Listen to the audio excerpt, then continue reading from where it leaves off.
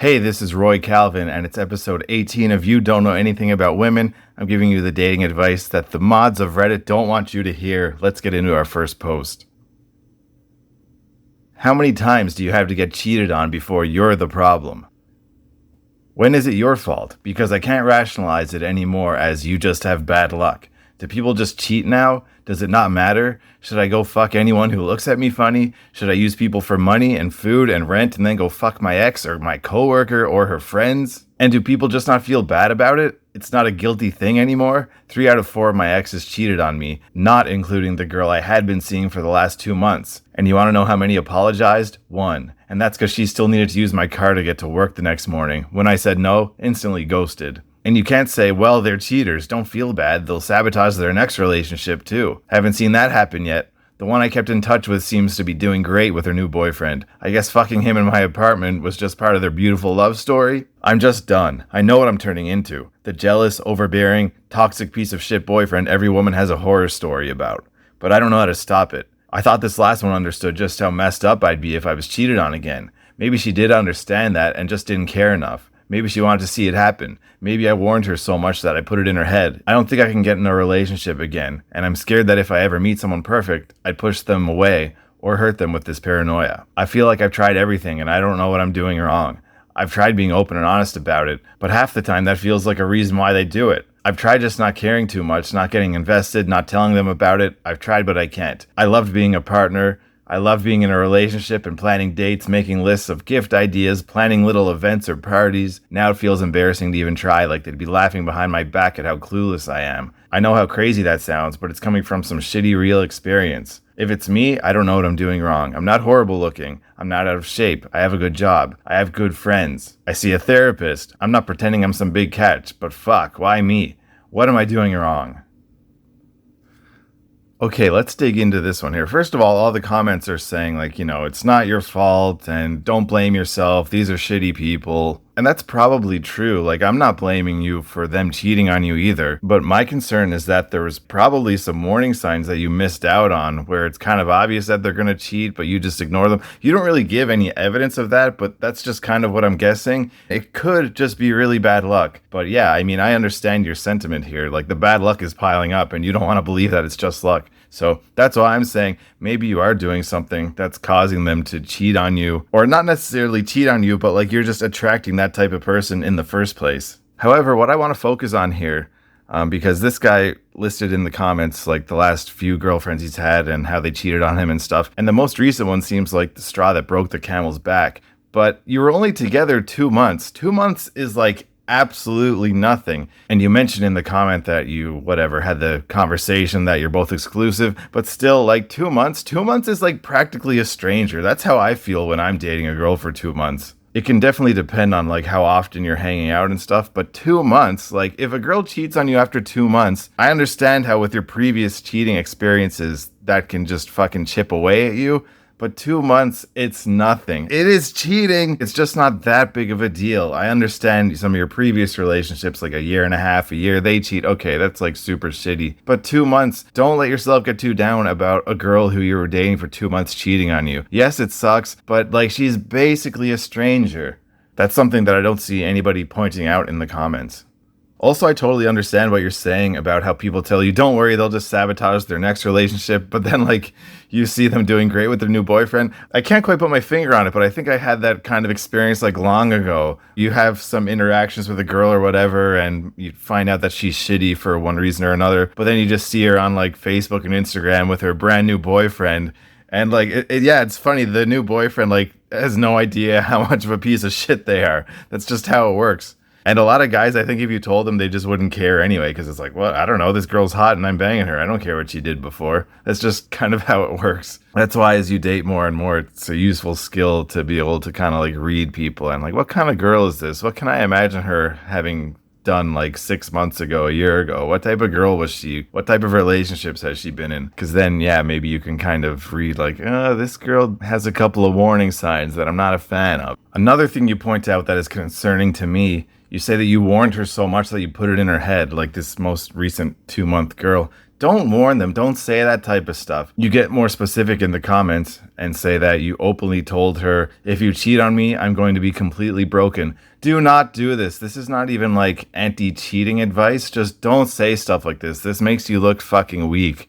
And I know there's a lot of people in the comments here saying how it's great that you're in therapy and, oh, there's so much stigma around that. It's great that you're doing that. That's kind of a different conversation, but I disagree with those comments. But like this kind of stuff, no, don't say this to girls. If you cheat on me, I'm going to be completely broken. That gives them so much power. Just do not say things like that, please. I'm looking out for your best interest here. Do not say that to girls in the future, because I know based on how you're talking that it really bothers you. And that might be how you honestly feel, but do not say that. You mentioned you're turning into a jealous, overbearing, toxic piece of shit boyfriend. Do not do that either. It might be easier said than done. I don't know if I really have any advice on how to specifically do that, but you can kind of use these cheating experiences to like detach more. Like you're kind of going in the opposite direction of how I think you should use them. You think you're going to become more jealous and want to like, I don't know, probably like check the girl's phone all the time or something. But you should just like detach yourself a little bit and be like, okay, this girl, whatever, I met a new girl. She's nice. Maybe she'll cheat on me someday, but hopefully not. But for now, I'm going to enjoy what we have. I'm not going to get too invested in her, and we'll see what happens. And I know you mentioned later in the post that you've tried not getting invested, not telling them about it, and that you can't do that. You love being a boyfriend and whatever. But man, I really think that's the road that you should go down. Don't use this as an excuse to be jealous and overbearing. Like for me, I got cheated on with my first ever girlfriend in high school, and fuck, it was so fucking depressing, of course, especially, like I'm 16, first relationship, I don't know how to fucking deal with shit like that yet, so it really fucking sucked, so I understand where you're coming from here. And it's funny because back in that relationship, I was just a kid, so forgive me, but I was like fucking jealous before she cheated on me and overbearing and stuff. And now I'm just like, I'm the complete opposite. So I'm glad that I've accomplished that. Because of that experience, like, I think that like really helped me become better at dating and like how I am with girls and girlfriends and stuff. Like I'm totally not jealous now. I get some comments from girls that I'm like not jealous enough, like I don't care enough. And this kind of attitude I think has brought me a lot of success in dating. And it's not that I'm completely switched off and that I can't have good connections with girls. That's not how it is at all. But yeah, I think you can use these experiences as a net positive and just make you realize like, yeah, whatever, shit can just fucking explode at any moment. And for now, I'm going to enjoy what I have with this girl. So I want to give you the advice of like, you got to trust them until they give you a reason not to. Just because you've been cheated on a few times before, you can't assume that every girl that you date in the future is also capable of cheating and wants to do that, which I understand is difficult, but yeah, that's kind of how you got to approach dating. So it's not your fault, but look for warning signs in the future if possible. Put yourself out there, date some new girls, and this 2-month girl, she was a stranger. Don't worry about her cheating on you. All these girls that cheated on you were just shit quality girls, and they did you a favor by showing you who they really are. Oh, just one more thing to quickly add in here. You say at the end how you're not horrible looking, you're not out of shape, you have a good job. That has nothing to do with if you get cheated on or not, man. I think you probably already know that. But girls don't say, oh, I've got this ugly boyfriend, so I'm going to go cheat on him. No, she's probably not going to have an ugly boyfriend in the first place, so don't overthink that stuff either. Okay, let's get on to the next post for this episode. Woman I'm seeing told me that she has sexted with a guy in a relationship. This has turned me off a bit. I've been dating with someone for 2 months now, and she told me the other day that in the past she has sexted with a guy knowing he was in a relationship, so she partook in an affair. I said to her that wasn't great, and she told me that this guy is now married to the same partner. I said I personally would want to know if my partner had done this, while she said she doesn't want to upset their relationship. I asked her if she wouldn't do something like this again in the future to see if she has changed her ways, and she said she wouldn't want to, but that she's human and flawed. I don't know, this seems like a real red flag to me and has turned me off a bit. Any thoughts? Well, to start off, let's focus just on the part where she sexted with a guy knowing he was in a relationship. I don't think that that's too big of a deal for me. I might change my opinion if I was actually faced with that in my own life, but I'm leaning towards it's not a big deal. When it comes to cheating in a relationship, like I don't think it's the responsibility of the third party to protect this relationship. Like if there's a couple and the guy is texting some other girl, it's not that girl's fault. Like, she's free to do whatever. It's not her responsibility to say, oh, you're with a girlfriend, so I can't be talking to you. It's all the guy's fault. Now, I totally understand that some girls and guys in that situation would not want to sext or send any kind of message just because that guy is in a relationship. But again, like, I can't really fault her that much. If she was attracted to this guy, maybe thinks that he's going to break up soon, like, it's not her fault that he is a willing partner in this sexting. Does it show that possibly this girl has poor morals and judgment? Yeah, absolutely. But I don't think there's like anything inherently wrong that she's doing by texting a guy who's in a relationship. A much bigger issue to me is how she answered your question when you asked if she would do something like this again in the future. She says she wouldn't want to, but that she's human and flawed, which alludes to, yeah, like it could happen again in the future. It's just a really strange answer to me, because who wouldn't just say no? I mean, like, I kind of appreciate her honesty. It's kind of like if two people are getting married and they ask each other, hey, are we going to get divorced someday? It's like, you want to hear them say, no, absolutely not. Even though like half of marriages end in divorce or something, you want to have that like irrational optimism of like, no, of course we're not going to get divorced. But yeah, she doesn't say, oh no, I would never do that again. She's just saying, well, I don't know, like it could happen. It's kind of a strange answer, isn't it? So I really don't like that. I would want her to just tell me, no, I'm not going to do that in the future. And I recognize that I'm being a little bit of a hypocrite here, because I said that it's not really a terrible thing that she did it, but I'm also saying I wouldn't want her to do it in the future. I guess I'm just assuming that, you know, we're going to keep dating and be together forever. You got to kind of have that mentality when you're dating. So yeah, I guess that's the reason why I'd want her to say, no, I'm never going to do that again. So there's not much more I can say about this one. If it's a red flag to you and it's turned you off a bit, well, listen to those feelings. Like if it makes you feel like she's less desirable to you and yeah, it turns you off, well, maybe you do have to end it. You've been together for 2 months now, and yeah, this might kind of be the thing that tips you over the edge of, I don't think it's going to work out with this girl, which would be a decision that I totally understand. But my opinion on if it's a huge red flag, no, not necessarily. Alright, moving on to post number 3 for this episode. The person I'm dating mentioned having bipolar disorder, anxiety, and depression. I wonder how this combination plays out in a relationship. 2 months ago, I matched with someone on Tinder. It was a strong spark, dates have been fun, and conversation is mostly great. Recently, she mentioned having bipolar disorder, anxiety, and depression, and that it can get very intense. It starts to make sense now. There have been instances of random hate toward me over small things, or several texts in a row if I don't get back within the hour. I had not paid much attention to those things until now. She has been more adamant about wanting a relationship, and I have communicated still enjoying being single. While we are at a slight crossroads, I wonder, what has been your experience with someone having these mental health issues? This comes from a place of not having experience or familiarity with these.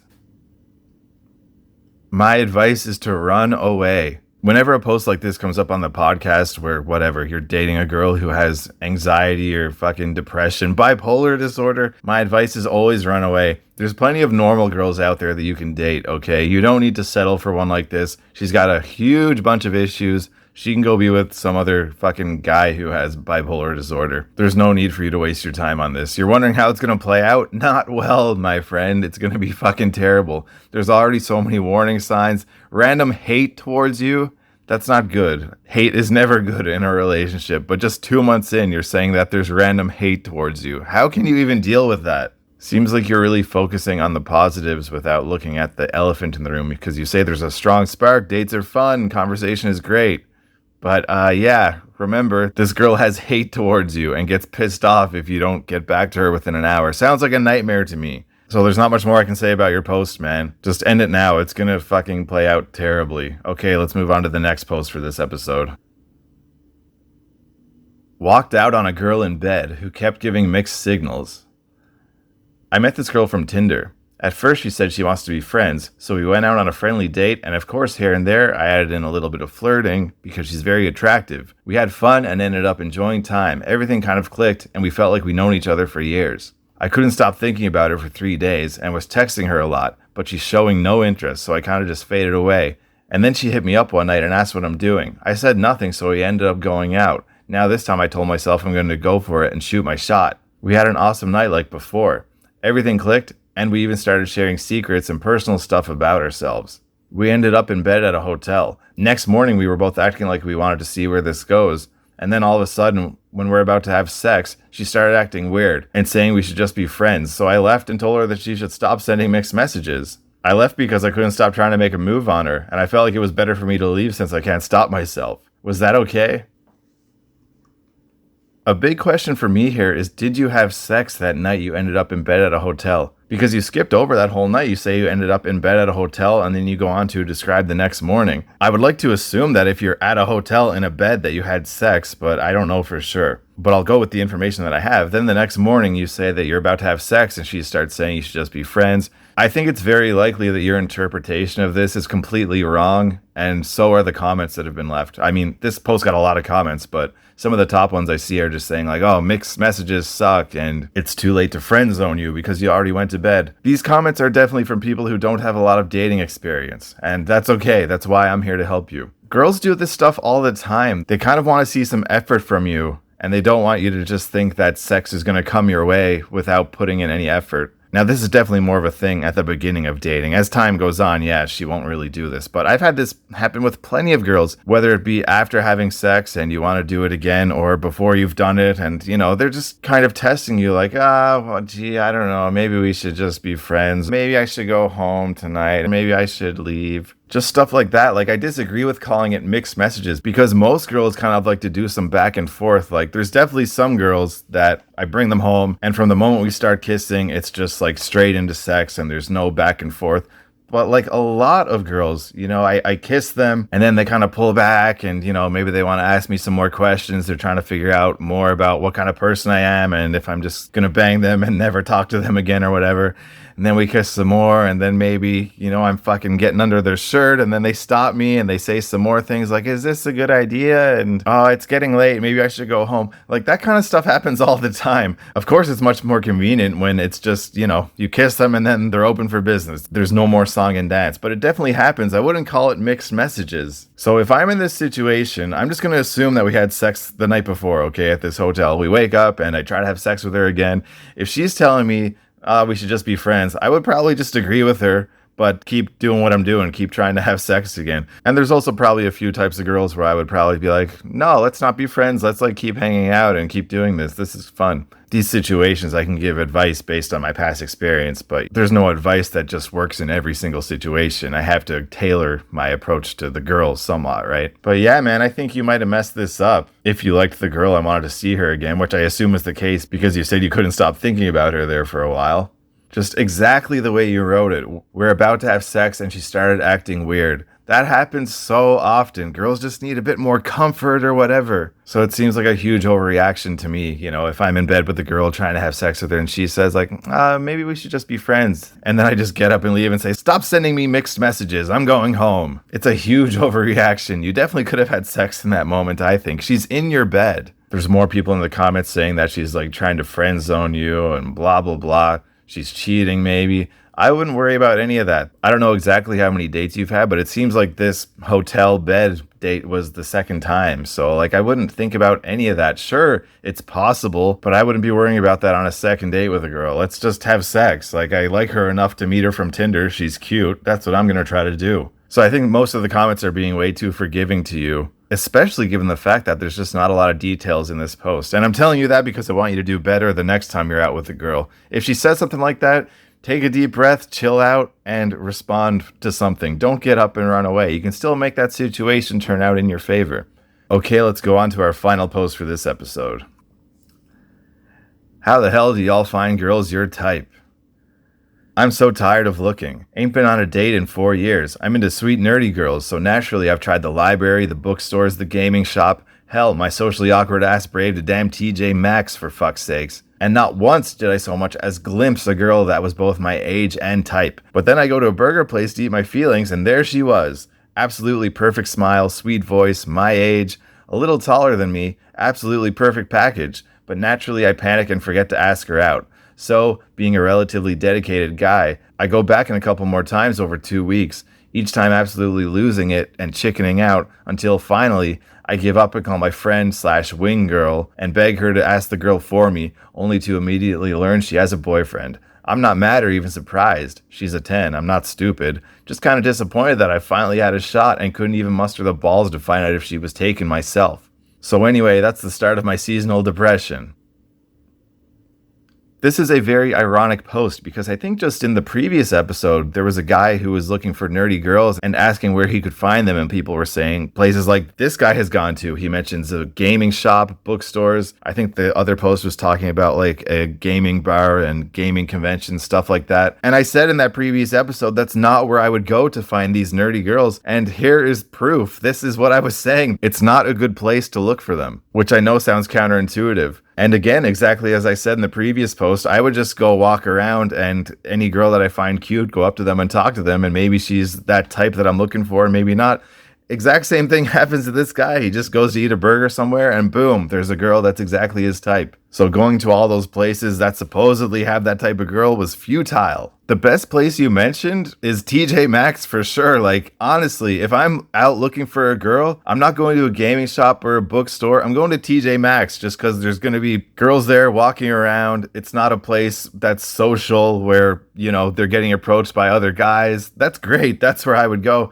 And also props to you for saying that you're socially awkward, but still you went to TJ Maxx because you were looking for girls. I assume, at least. It seems like you were there for the sole purpose of looking for a girl. That's great. Don't hang out there for hours at a time or anything, but definitely you can just fucking go in there, take a 20-minute walk around. Maybe you'll see a girl you can go approach. Great. Now, the flip side to this is that you say you went to all those places, the gaming shop, TJ Maxx, but you didn't even catch a glimpse of a girl who was both your age and type. Now, I don't know. I kind of find that hard to believe. When I started going out on the streets and approaching girls, I think I was kind of too particular about the type of girl I would approach. And I might still be a bit too particular. I definitely know guys who are not particular enough and approach girls that I think are just like fucking ugly. But I have had to remind myself, and you probably should too, that like a girl doesn't need to be my fucking perfect, ideal 10 out of 10 girl to approach her, right? And again, I'm not advocating for approaching girls who are fucking ugly either, but you just want to like ask yourself, is this girl cute? Like, would I want to have sex with this girl? And if the answer to that is yes, then you should go and approach her. You don't need to overthink any more than that. Like, I generally prefer short girls, so there was definitely a time years ago where I'd be like, nah, that girl is like too tall. Even despite like her face being really good and of course her body being really slim and everything, I'm like, no, it's like not really my type. Like, fuck that. It's not a good attitude to have. So I changed that, and, you know, now I've approached and had sex with girls that are like, you know, my height or just a little bit shorter than me. Of course, I would rather a shorter girl. That's more my type. And of course, I've approached and had sex with those too. But yeah, any girl that's just cute enough, I should go talk to her, and so should you. I also don't know what your definition of a nerdy girl is, but I really question if that's something that you or I or anybody could judge just by looking at them, you know, outside of like a fucking stereotypical Steve Urkel looking girl or something. There could be a girl who looks totally normal but could be into video games, or at the very least, as I also mentioned in the last episode, could be willing to play video games with you, for example. So yeah, if you go out to any place, just any girl that looks cute enough to you, go talk to her, find out what her story is. You're not sold on her when you go up and talk to her, but yeah, find out what type of girl she is. Go back to TJ Maxx. I totally recommend that. I also feel like I could have been, and you could have been, using the, oh, she's not my type excuse as an excuse to not approach. Like, I'm nervous to approach, so I'm just going to do some mental gymnastics here and say, nah, there's no girls around that I like. I'm definitely guilty of that in the past, and I think it still can happen to me on some of my not so good days. And I'll go out and approach with other guys sometimes, you know, we're walking around for 2 hours and they do 0 approaches. I'm like, there's no fucking way that we walked around for 2 hours and you didn't see a girl who you would have sex with. So be careful of that as well. I also like to remind myself and other guys that I go out and approach with that, again, not about approaching ugly girls, but hey, let's approach some girls that are good enough for you, that are kind of cute, so that when a girl who comes around who is your fucking 10 out of 10, totally your type, that you're ready and you're warmed up, you're in like a fucking social state of mind where you can have a conversation with a girl, because you really got to flex that conversational social muscle. It's like you don't want to take on the final boss before warming up a little bit, right? And in some cases, depending on like how few girls are around or how little experience you have with approaching them, I would say to approach girls that are like less than your ideal, like not even girls that you would want to have sex with. Not with the goal of sleeping with them, but just with the goal of getting those conversational juices flowing in your brain. Like sometimes you might need that. This thing about going to a burger place and eating and you wanted to ask out a girl there. So I did confirm in the comments that she works there. That's good. It sucks that you had to get your friend to help you out.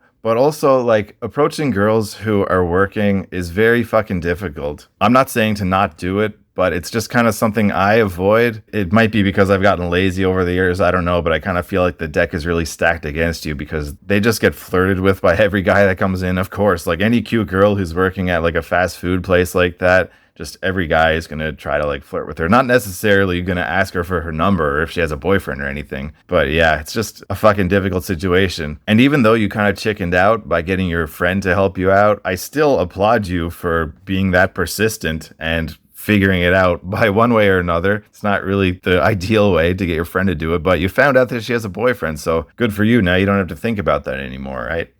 You're really down on yourself here saying that this is the start of your seasonal depression, but I don't know. It seems like you did good to me. You didn't approach any girls when you were out at the gaming shop or TJ Maxx, but you took some kind of effort. That's more than a lot of guys do. So I would say go back to fucking TJ Maxx or hopefully you have some kind of a big enough mall around you and approach a girl. Just make the goal of like, okay, I'm going to approach one girl today. She doesn't have to be my 10 out of 10. Hopefully she's cute, someone that I would have sex with.